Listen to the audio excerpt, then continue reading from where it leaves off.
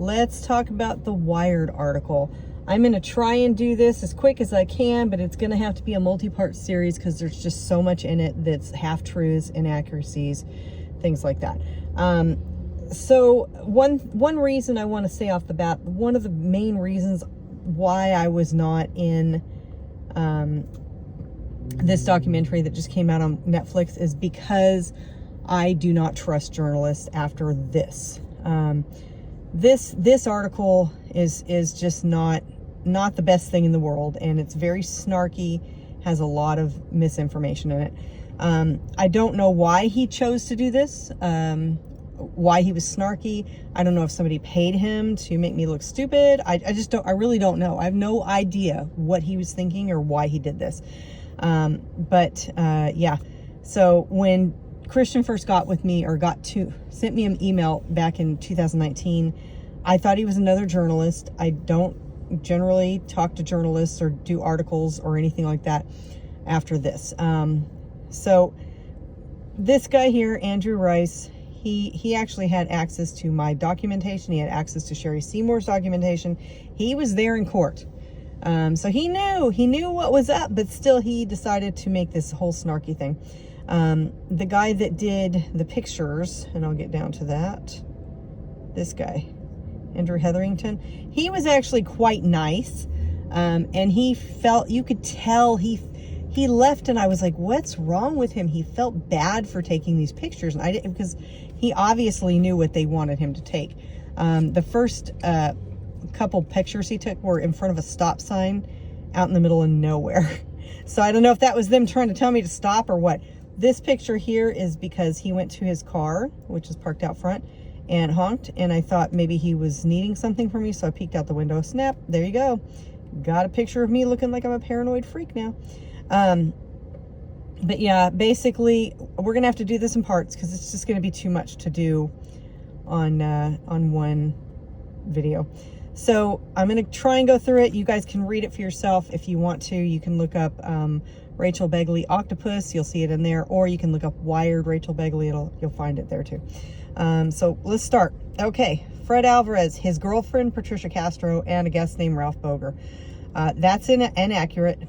Patty was not Fred's girlfriend, and my dad was actually Fred's best friend, not just a guest. Fred and my dad actually broke into Old Man Nichols' office to get the papers together, and Fred called Linda, to tell her what was being found. They were going to go to the attorney the next day. So also planning to sleep outdoors. I don't believe that either. I don't know where that came from. They were actually just outside chilling, and the three of them and others.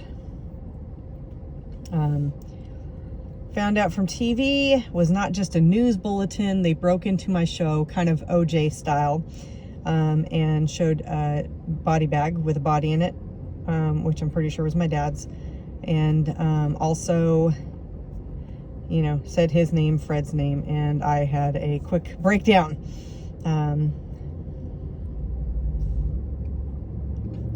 Yes, my mom did hide me from all of it. She did not tell me things because, you know, she's trying to protect me.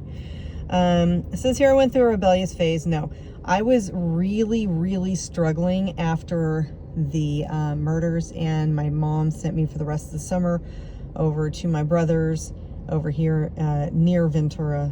And anyway, and I ended up hanging out with my sister-in-law's sister, and we went to my first concert, which was Journey at the Rose Bowl. So yes, yes, I got my GED. No shame in that. I have went to college multiple times after, and anyway, yeah. So I went to college multiple times after. My favorite degree, I guess, is my informatics degree. So yes, I did have a child at 15. Yes, I did. Did not idly type my dad's name into Google. I was looking for family tree stuff. I did not find this book. I found a different book. I called the police. They said, yes, all that stuff in that book is true. I said, so are you going to do something about it? And they said, not unless you bring us a taped confession. So guess what I did? Okay. So I did talk to the author of this book later on, and he provided me with all of his documentation.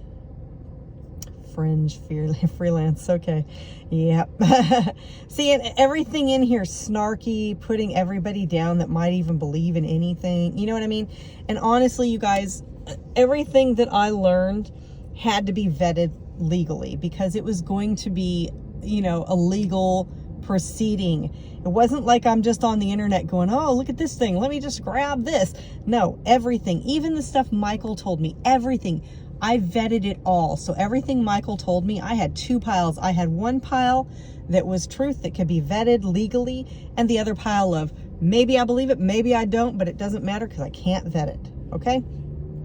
So, you know, this, when you're dealing with, you know, a murder case, everything has to be vetted. And I there's still a whole bunch of stuff I've not released publicly because, again, it's still an active case. Goes on talking about conspiracy theorists, obsessives, you know, this guy's just a jerk. I mean, I don't understand why he did this unless somebody maybe paid him. I honestly, that's just pure speculation. I don't have any answers as to why he did this. Going in here, talking about federal prisoners. Yes, that would be Michael Riconosciuto at the time.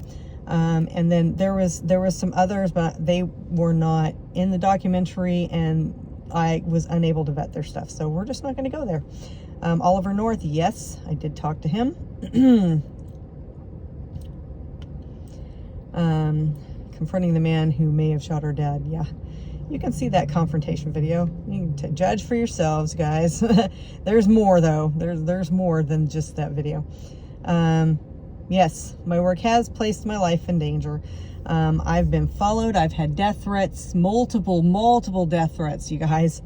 Tons of them. Email, in person. I've been followed by cars. Some of them with government plates. Yeah. Never said anything about Area 51 or anything like that. You know, seriously, he's just trying to make me look like a weirdo, you know, yeah. So, and we're going to get here and then we're going to stop. He goes on here talking about my wheezing Dell Dimension 8300 desktop. He fails to mention that I had like 8 other computers networked together. Some of them were for gaming, of course, but you know, he's like, oh, I'm so poor. I just have this old ancient wheezy computer. No, I had like a whole network set up, you guys. Yeah. And I was trying, you know, I'm trying to explain to this dude and whatnot. He saw all the paperwork. That's what gets me. And I didn't say this is the only way. I piece it all together.